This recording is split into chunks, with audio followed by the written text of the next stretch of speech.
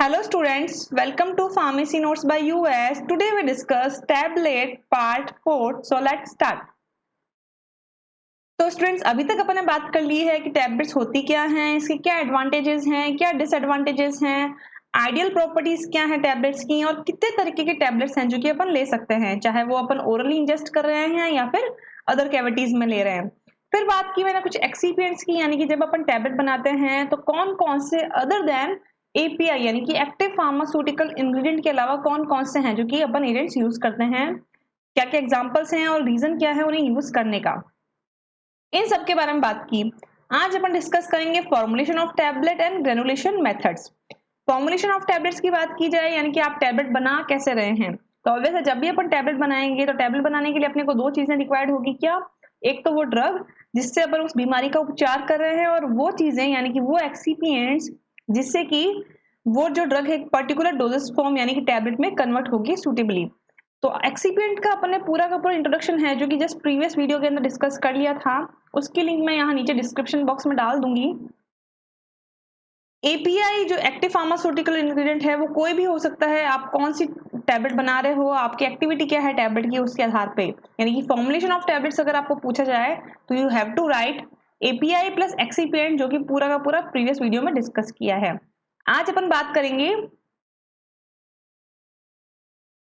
Manufacturing of tablet, यानी कि अब टैबलेट आपको बनानी है तो बनाने के लिए आप प्रोसेसिंग कौन कौन सी यूज करेंगे और टैबलेट बनाने के टाइम पे क्या क्या चीजें करनी है, किस तरीके से है जो अपन उसको इवेल्यूएट करते हैं, वो सारे के सारे पैरामीटर्स। तो अगर मैं वन बाय वन बात करूं तो हर एक वीडियो में इसके एक एक मैं टॉपिक डिस्कस करूंगी आप लोगों से। जैसे सबसे पहले अगर आपको टैबलेट बनानी है तो ऑब्वियस से आप क्या करेंगे, आप कंटेंट लेंगे यानी कि एपीआई ही लेंगे और एपीआई के साथ आप लेंगे एक्सीपिएंट्स। इन दोनों को आपने ये देख लिया एक्सीपिएंट्स में पढ़ के कि आपको अपने एपीआई के अकॉर्डिंग कौन से एक्सीपिएंट्स और कितनी कितनी क्वांटिटी में लेने हैं। इनको लेने के बाद now you have to do a process to make a tablet, right. अब वो टैबलेट बनाने के लिए आपको किस तरीके की प्रोसेसिंग करनी है, क्या क्या रहेगा, कौन से इक्विपमेंट्स यूज करने हैं, आपको क्या क्या प्रॉब्लम्स फेस करनी पड़ सकती हैं, वो सही बनी है या नहीं बनी, उसके लिए क्या क्या इवोल्यूशन या फिर क्वालिटी कंट्रोल्स आप करेंगे, ये सारी चीज हैं जो कि अपन इस वीडियो में डिस्कस करेंगे। जैसे कि preparation of granules for compression and granulation methods, यानी कि सबसे पहले जो अपने पास एपीआई एंड जो एक्सीपिएंट्स होंगे उनके अपन ग्रेन्यूल्स बनाएंगे। ग्रेन्यूल्स किस किस मेथड से बनते हैं और क्या क्या प्रॉपर्टीज होनी चाहिए उन ग्रेन्यूल्स में, उनके बारे में डिस्कस करेंगे। Then compression of granules into tablet, जैसे ही आपके पास वो प्रॉपर जो ग्रेनुलेटेड मास है, जो ब्लेंडेड प्रॉपर मास आ गया है, अब उसे अपने को कंप्रेस करना है टू मेक अ टैबलेट। वो कौन कौन सी प्रोसेसिंग होगी, किस तरीके से अपन कौन कौन से इक्विपमेंट्स यूज करते हुए उसे टैबलेट में कन्वर्ट करते हैं, उसके बारे में देखेंगे। Then processing problem and tablet defect, जैसे ही आपकी टैबलेट है जो कि बन के आएगी आफ्टर कंप्रेशन, तो उसके अंदर आपको हो सकता है कि कुछ ना कुछ डिफेक्ट्स देखने को मिले।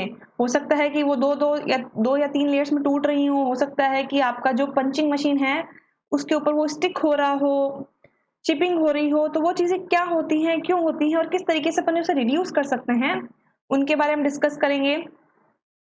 Then equipment and tablet tooling, कौन कौन से इक्विपमेंट्स अपन यूज करते हैं टैबलेट की पूरी प्रोसेसेस के अंदर, टैबलेट टूलिंग क्या है उनके बारे में डिस्कस करेंगे।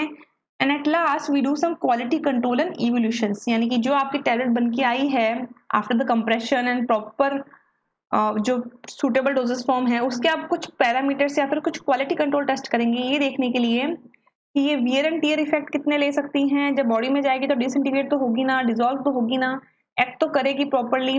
ये सारी की सारी चीजें हैं जो कि अपन मैन्युफैक्चरिंग ऑफ टैबलेट यानी कि जब भी अपन टैबलेट की प्रोसेसिंग करते हैं तो उसके अंदर की जाती है।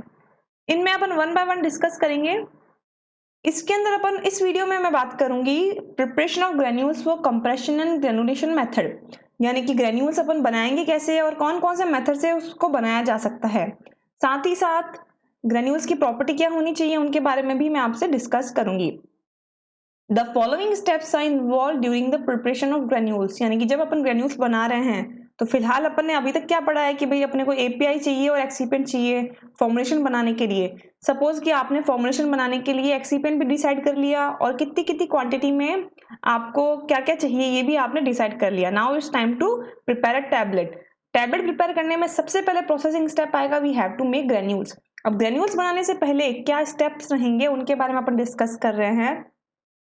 तो ऑब्वियस है जैसे ही आपके पास एपीआई और एक्सीपेंट आया, सबसे पहले क्या करते हैं अपन, एक डिफरेंट क्वांटिटीज जो कि अपने को सूटेबल फॉर्मुलेशन बनाने के लिए चाहिए कि कितना क्वांटिटी आपको बनाना है, कितनी टैबलेट्स आपको पर सिस्टम से निकालनी है, उसके हिसाब से उन सबको अपन वेक कर लेंगे. So the first steps in this preparation of granules will be weighing of the ingredients. The ingredients should be weighted accurately using a balance of good quality. यानी कि जो भी अपन एक्सीपिएंट्स एंड एपीआई वे कर रहे हैं, अपने को कोई ना कोई वेइंग बैलेंस पे उसे वे कर लेंगे. Then mixing the powder ingredient and excipient. Second step क्या होगा, आपने जैसे ही एक्सीपिएंट्स को, एपीआई को, सबको डिजायरेबल क्वांटिटी के हिसाब से वे कर लिया, वे करने के बाद आपका जो दूसरा प्रोसेस रहेगा वो रहेगा उनका मिक्स करना. मिक्स करने का जो मेन उद्देश्य है वो ये रहता है कि आप जैसे ही उन्हें मिक्स करेंगे तो ऑब्वियस है they have different densities, different concentration and different quantities, right. तो उन्हें सबको यूनिफॉर्मली जब आप मिक्स करेंगे तभी आपकी जो टैबलेट है उसमें ड्रग कंटेंट में बिल्कुल वेरिएशन नहीं आएगा. यानी कि दैट पर्टिकुलर टाइप पार्ट जहाँ पे अपने को उनको मिक्स करना है, तो we need to make a homogeneous mass of that particular system. The main objective of mixing the medicament and excipient is to prepare a homogeneous mass so that the uniform tablet can be manufactured. Converting the mixed ingredient into granules. अभी क्या है, आपने सारे quantities को वेक कर लिया, वेक करने के बाद इनको प्रॉपरली मिक्स कर लिया. मिक्सिंग के बाद now it's time to make granules. So तो ग्रेन्यूल्स बनाने के लिए क्या करेंगे, the crystalline medicament can be compressed to go good quality compressed tablet. Main जो रीजन है ग्रेन्यूल्स बनाने का वो यही है कि आप जैसे ही उस पर्टिकुलर होमोजेनियस मास को ग्रेन्यूल्स में कन्वर्ट करोगे, तो ग्रेन्यूल्स क्या हैं, स्फेरिकल इन शेप होंगे. साथ ही साथ जब आप इसे कंप्रेस करोगे तो जो डेंसिटीज प्रॉब्लम थी डिफरेंट इंग्रेडिएंट्स के कारण, वो भी है जो कि ओवरकम हो गई. तो जब आप इसे कंप्रेस करोगे तो कंप्रेस करने के बाद जो एक गुड क्वालिटी की कंप्रेस टैबलेट आपके पास बन के आएगी. साथ ही साथ इंडस्ट्रियल लेवल पे भी अपन बात करें तो आपको डिफरेंट जो प्रॉब्लम्स आ रही थी, जो टाइम रिड्यूस हो रहा था, वो भी सारी चीजें हैं जो कि आफ्टर मेकिंग ग्रेन्यूल्स वो चीजें ओवरकम हो सकती हैं. Need to convert into granules. क्या रीजंस है ग्रेन्यूल्स बनाने के, अगर अपन वन बाय वन बात करें तो first is to prevent segregation of the constituents of that powder mix. यानी कि बेसिकली जो भी अपन पाउडर्स ले रहे हैं, तो जैसे कि मैंने आपको बताया कि डिफरेंट डेंसिटीज है, तो क्या होगा, जैसे ही आपने अंदर केमिकल्स को मिक्स किया सपोज, तो ड्यू टू डिफरेंट डेंसिटीज कुछ केमिकल्स हैं जो कि नीचे की तरफ होंगे और कुछ हैं जो कि ऊपर की तरफ होंगे. बट अगर आप इन्हें मिक्स कर रहे हैं और मिक्स करने के बाद अगर आपने उनके ग्रेन्यूल्स बना लिए, तो 99% पॉसिबिलिटीज ये हो जाती हैं कि हर एक ग्रेन्यूल के अंदर ईच कंटेंट का है जो कि इक्वल पार्ट ऑफ इंग्रेडिएंट आ चुका हो. यानी कि जो सेग्रीगेशन हो रहा है, जो एक पार्टिकल सेम पार्टिकल की तरफ जो अट्रैक्शन ले रहा है, वो चीजें कम होकर एक प्रॉपर ग्रेन्यूल्स के अंदर सारे के सारे जो कंटेंट है वो यूनिफॉर्मली डिस्ट्रीब्यूट हो जाएंगे. Then improve the flow properties of mix. साथ ही साथ जब हम ग्रेन्यूल्स बनाएंगे तो पहले तो क्या था, काफी बल्की एंड फ्लफी मास था जो कि ड्यू टू द सेग्रीगेशन या due to the attractive forces काफी स्ट्रांगली जुड़ा हुआ था.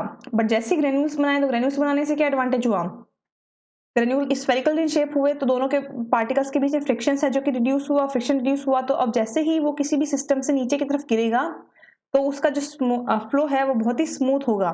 यानी कि जो सिस्टम है उसमें कुछ भी प्रॉब्लम्स नहीं आएगी. यानी कि अगर होपर से आप उस सिस्टम को गिरा रहे हो और उसके पार्टिकल्स स्फेरिकल इन शेप है, तो कंटेंट है जो कि कंटिन्यूस नीचे की तरफ आता रहेगा. यानी कि यहाँ पे वेट वेरिएशन होने के चांसेस बिल्कुल खत्म हो जाएंगे. जैसे कि सपोज आपके पार्टिकल्स को आपने ग्रेन्यूल्स में कन्वर्ट कर दिया, तो ग्रेन्यूल एक डिजायरेबल पार्टिकल शेप में आपने उनको ले लिया, स्फेरिकल शेप के हुए तो आसानी से हैं जो कि ऊपर से कंटिन्यू ही आएंगे, कोई हिंड्रेंस नहीं होगी. तो कंटिन्यू फ्लो प्रॉपर्टी के कारण आपका जो काम है मैन्युफैक्चरिंग इंडस्ट्रीज के अंदर वो काफी जल्दी हो जाएगा. क्यों, क्योंकि कोई भी ब्लॉकिंग नहीं आएगी. We don't need to tap. And जो वेट वेरिएशन है जो आ सकता था, क्योंकि पहले पार्टिकल है जो कि यूनिफॉर्मली फ्लो नहीं कर रहे थे, वो चीज भी अब नहीं है.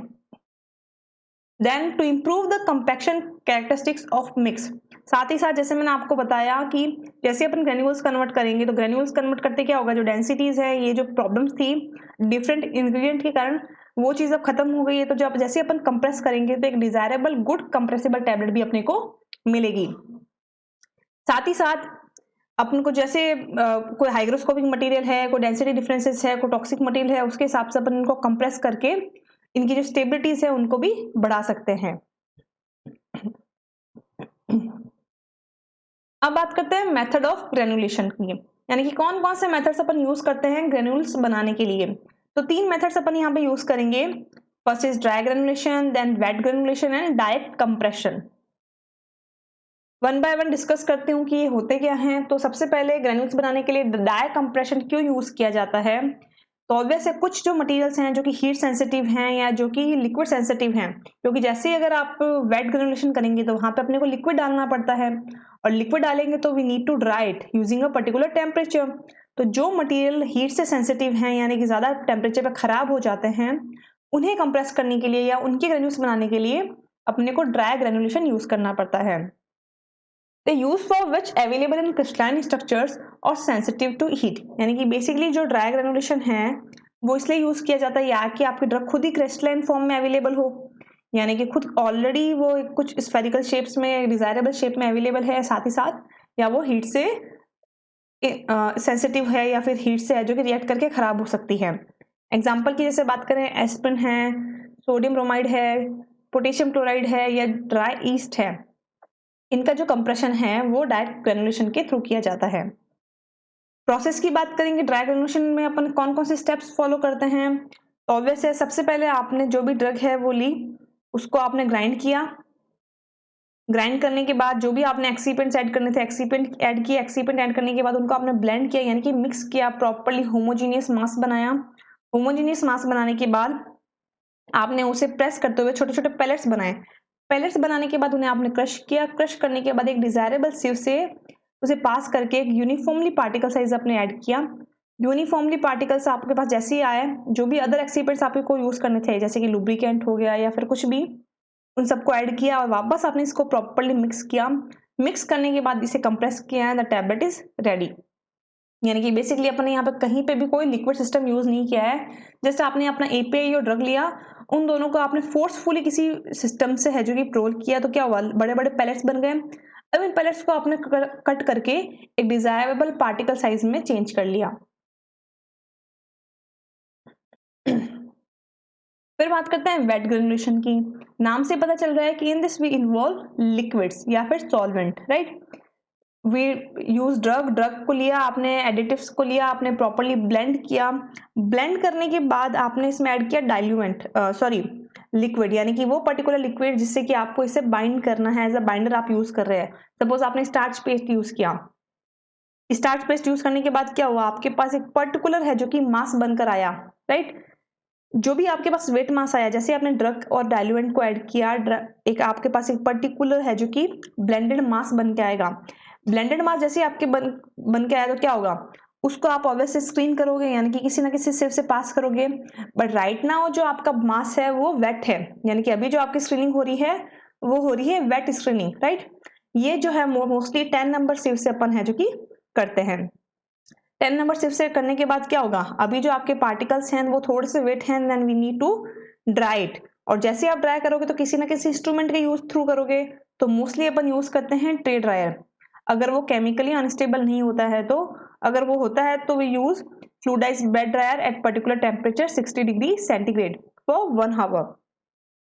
जैसे ही आपके पार्टिकल्स हैं जो ड्राई हो जाएंगे, तो राइट नाउ जो पार्टिकल्स हैं वो थोड़े बड़े साइज के हैं, तो again we need to screen और sieve to desirable sieve number. तो ऑब्वियसली पहले अपन ने 10 नंबर सिव यूज की है, तो अब अपन उससे थोड़ी सी फाइनर सिव है जो कि यूज करेंगे। तो मोस्टली अपन यूज करते हैं 20 number sieve.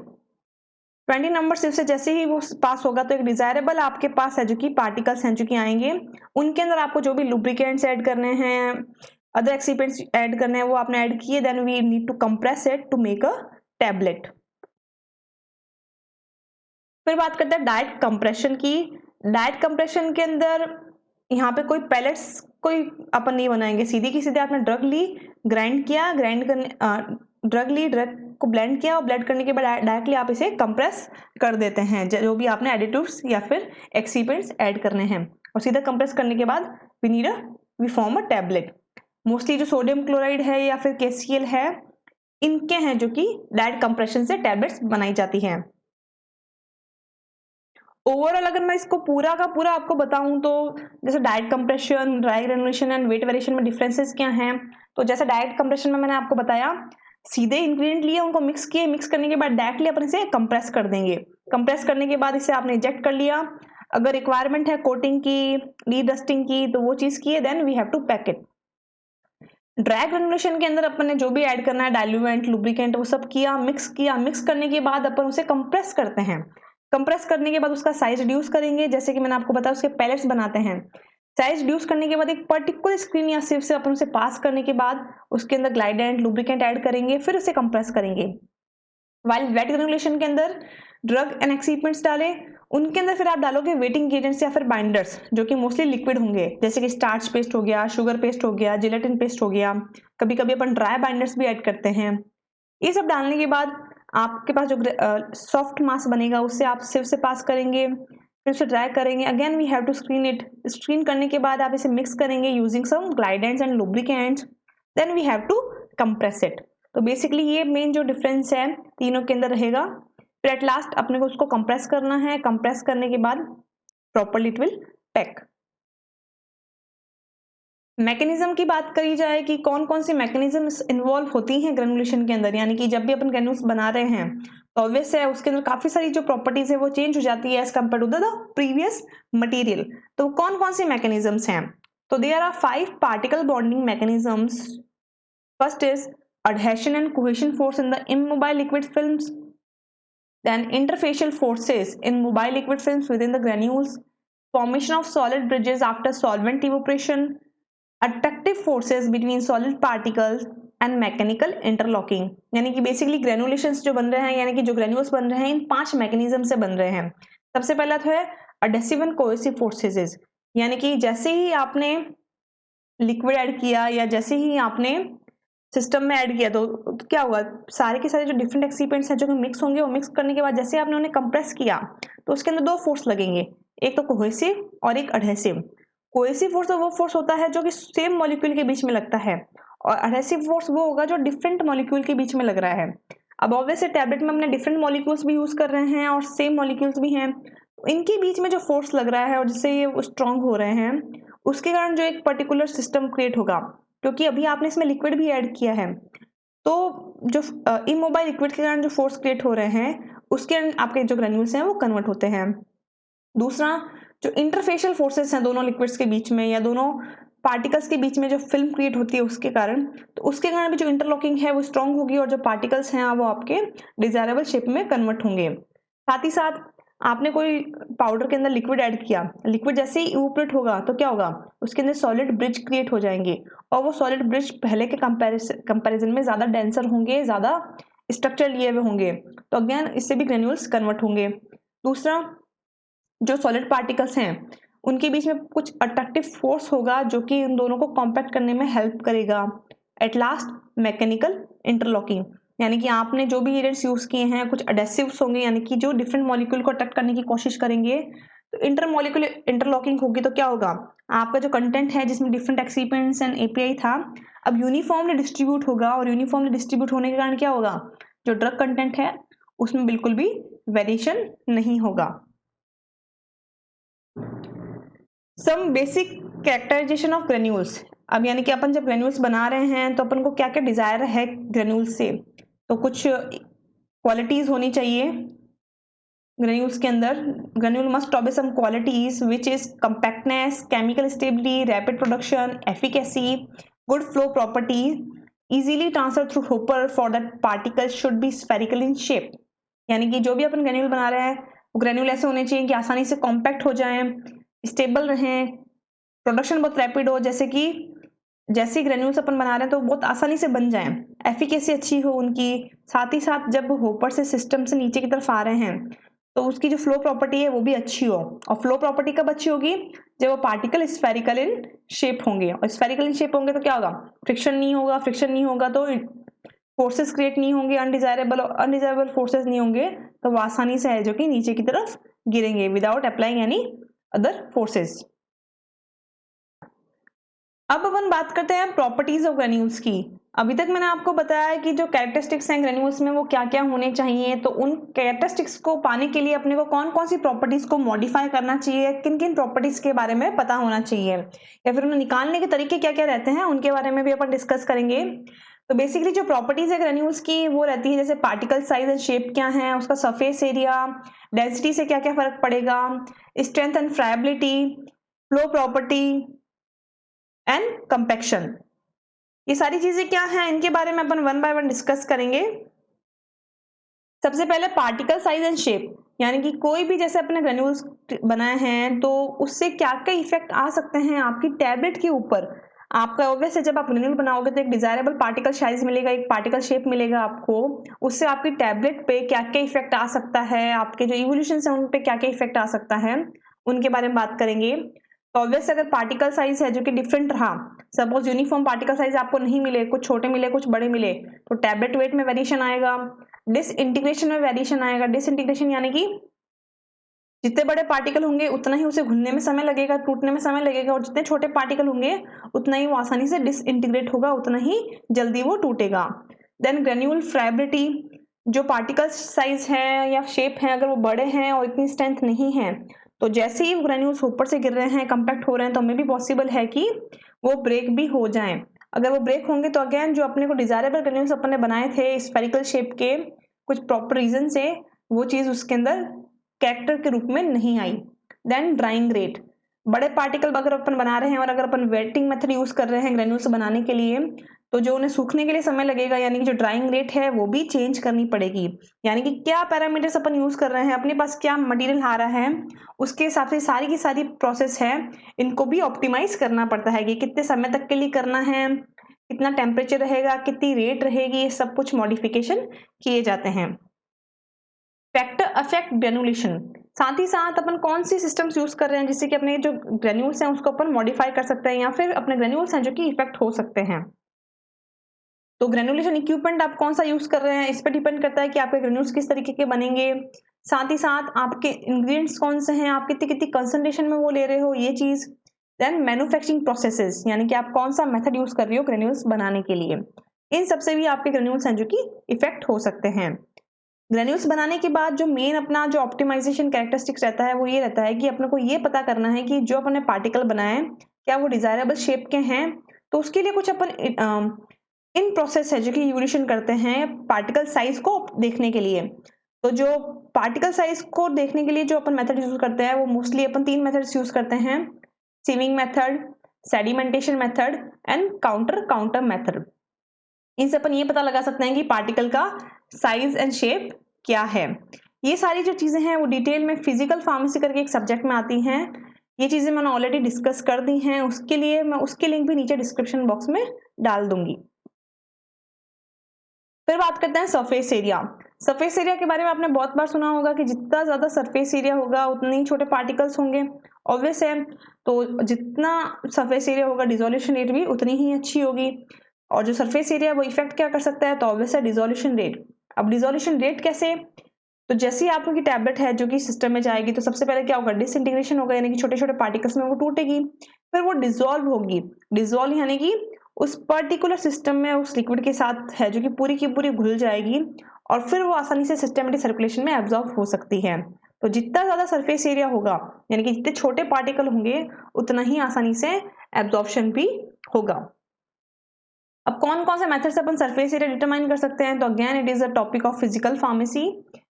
2 methods are used, gas adsorption and air permeability method. इसमें बेसिकली जो आपके पार्टिकल्स हैं उसके ऊपर एक पर्टिकुलर गैस है जो कि पास की जाती है। जितनी गैस आपने पास की वो आपको पता है और जितनी उस सिस्टम से बाहर निकली वो आप कैलकुलेट कर लेते हो। तो जो रिमेनिंग जो बची वो किसने, उस पार्टिकल ने एड्सॉर्ब कर ली। तो एड्सॉर्ब पार्टिकल्स ने कितनी की, उसके आधार पर अपन ये बता सकते हैं कि पार्टिकल का सरफेस एरिया कितना है। फिर बात करते हैं डेंसिटी। डेंसिटी को अगर मैं डिफाइन करूं तो always it is a mass upon volume, यानी कि सिस्टम का कितना ज्यादा घनत्व है, उसका मास कितना है, ये डिपेंड करता है। तो जितना अच्छा उसकी डेंसिटीज होगी, कंप्रेसिबिलिटी भी उतनी ही अच्छी होगी ऑब्वियस है। बट जितनी ज्यादा डेंसिटी होगी उतना डिसोल्यूशन उसका कम होगा। इसलिए जब अपन ग्रेन्यूल्स बनाते हैं तब अपन ये भी चेक करते हैं कि सिस्टम की जो डेंसिटी है वो भी प्रॉपर रहे, ताकि एक डिजायरेबल पोरोसिटी भी हो, ताकि जैसे वो सिस्टम के अंदर जाए, बॉडी के अंदर जाए, तो डिसइंटीग्रेट भी आसानी से हो सके। बट इतनी डेंसिटी भी हो कि जब अपन उसे टैबलेट के रूप में कंप्रेस कर रहे हैं तो कंप्रेसिबिलिटी भी अच्छी हो। साथ ही साथ ज्यादा डेंस हुआ तो क्या होगा, डिसोल्यूशन में भी दिक्कत आएगी। डेंसिटी को मेजर करने के लिए we have to use different methods, और बेसिकली ये मेथड्स होते हैं डिस्प्लेसमेंट मेथड, यानी कि आपके पार्टिकल्स को है जो कि किसी ना किसी सिस्टम के थ्रू डिस्प्लेस कर दिया जाएगा। तो जो एग्जैक्ट आपका डेंसिटी है, एग्जैक्ट जो आपका मास अपॉन वॉल्यूम है, वो आप निकाल सकते हो। उसके लिए अपन यूज करते हैं पिक्नोमीटर। पिक्नोमीटर में आपने जो भी ड्रग है वो आपने डाली एक डिजायरेबल क्वांटिटी, उसके अंदर आपने वो लिक्विड डाल दिया जिससे कि वो डिजोल्व नहीं होगी, यानी कि वो ग्रेन्यूल्स आपके उस लिक्विड में सॉल्युबल नहीं होंगे। फिर क्या होगा, आपको पता है कि आपने लिक्विड कितना डाला, आपने ग्राम कितनी ड्रग को लिया, उसके बाद जो भी डिस्प्लेस हुआ, यानी कि जितना भी सिस्टम आपने डिस्प्लेस किया वो ऑब्वियस है उसकी पोरोसिटी होगी, उससे अपन को डेंसिटी मिल जाएगी। यानी कि एक तरीके से आपको आपके सिस्टम का मास पता है ड्रग का, और वॉल्यूम आपने बता दिया कि मैंने 25 ml इसके अंदर डाला है, तो जो भी आप डिवाइडेंट करके निकालेंगे वो आपका उस सिस्टम का डेंसिटी निकल जाएगा। मोस्टली पिक्नोमीटर के थ्रू अपन करते हैं। इसमें पिक्नोमीटर में भी दो तरीके से कर सकते हैं, एक तो इंस्ट्रक्शन फ्लूइड इज मर्क्यूरी, और दूसरा जब अपन कोई लो सरफेस टेंशन लिक्विड यूज करते हैं जैसे कि बेंजीन, जो कि ग्रेन्यूल्स उसमें सॉल्युबलाइज नहीं होंगे। तो बेसिकली डेंसिटी निकालने का तरीका यही रहता है कि आपने सपोज इसको पहले फिल किया, जैसे कि आपने 25 ml लिक्विड इसके अंदर डाल दिया, डालने के बाद आपने इसमें 1 ग्राम है जो कि आपका ड्रग सैंपल डाला, और again you have to fill the liquid. तो अब आपके पास वॉल्यूम भी है, अब आपके पास मास भी है, उन्हें आपने डिवाइड कर लिया। डिवाइड करने के बाद आपके पास जो भी आया this will be the density of that particular material. फिर बात करते हैं स्ट्रेंथ एंड फ्राइबिलिटी। ऑब्वियस है जो भी आप ग्रेन्यूल्स बना रहे हो उसके अंदर इतनी स्ट्रेंथ होनी चाहिए कि वो आसानी से कॉम्पैक्ट हो जाए, साथ ही साथ वो इतना फ्राइबल भी ना हो कि जब अपन उसे कॉम्पैक्ट कर रहे हैं या जब वो होपर से जा रहा है फीड सिस्टम में जा रहा है तो वो छोटे छोटे पार्टिकल में टूट जाए।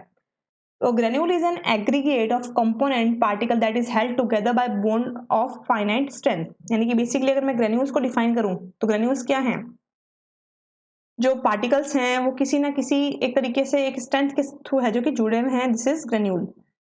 वेट ग्रेनुलेशन की बात करें तो strength due to surface tension of liquid and capillary, यानी कि जब आप ग्रेनुलेशन बना रहे हो और जो वेट ग्रेनुलेशन है तो उसमें स्ट्रेंथ कैसे आती है, तो जैसे कि मैंने आपको बताया कि उनके बीच में जो फोर्सेस लगते हैं cohesive forces and adhesive forces, तो उसके कारण जो उनके अंदर जो कैपिलरी एक्शन आता है उससे ऑटोमेटिकली स्ट्रेंथ क्रिएट हो जाएगी। वो स्ट्रेंथ है जो कि उस ग्रेन्यूल्स को मिलती है। On drying they form strong bond like van der Waals forces due to fusion और रिक्रिस्टलाइजेशन। और जैसे ही आपने वो जो वेट मास बनाया और अब उसे आप ड्राई करोगे तो ड्राई करने पे क्या होगा, उसके अंदर ऑटोमेटिकली स्ट्रेंथ क्रिएट हो जाएगी, स्ट्रॉन्ग बॉन्ड क्रिएट हो जाएगा, उसके अंदर जो पार्टिकल्स हैं वो थोड़े से डेंस भी हो जाएंगे और हैवियर भी हो जाएंगे। मेथड की बात करते हैं कि अपन किस तरीके से पता लगा सकते हैं कि जो अपन ने पार्टिकल्स बनाया है वो डिजायरेबल स्ट्रेंथ के हैं। तो उसके लिए दो मेथड्स यूज किए जाते हैं, एक तो होता है फ्राइबिलिटी स्ट्रेंथ और दूसरा होता है compression strength. Friability strength basically ASTM यानी कि जो American society of testing material है उसके थ्रू इन्वेस्टिगेट किया जाता है। उसमें बेसिकली जो आपका ग्रेन्यूल्स हैं इस तरीके की मॉडिफिकेशन टेस्टिंग मटेरियल है टम्बलर से, टम्बलर टेस्ट के थ्रू लगा दी जाती है। एक पर्टिकुलर फोर्स इसके ऊपर लगाया जाता है, कंप्रेशन लगाया जाता है कि किस फोर्स पे आपका जो ग्रेन्यूल है या जो टैबलेट है वो ब्रेक हो रही है। वो फोर्स बताता है कि आपका जो मटेरियल है उसमें कितनी स्ट्रेंथ है।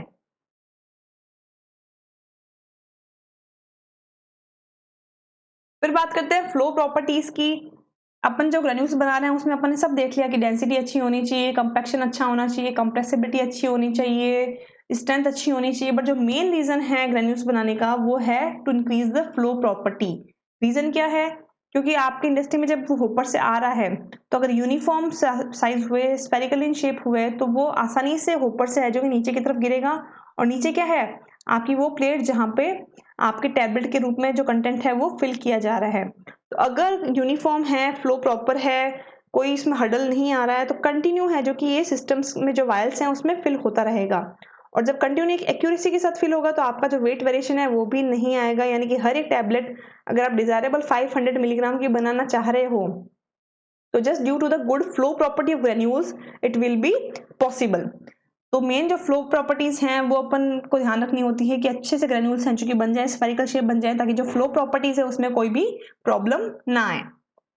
Many force act between solid particle, but बहुत सारे फोर्सेस हैं जो कि पार्टिकल के बीच में ना एक्ट करते हैं जो कि इन फ्लो प्रॉपर्टीज को हैंडल कर सकते हैं।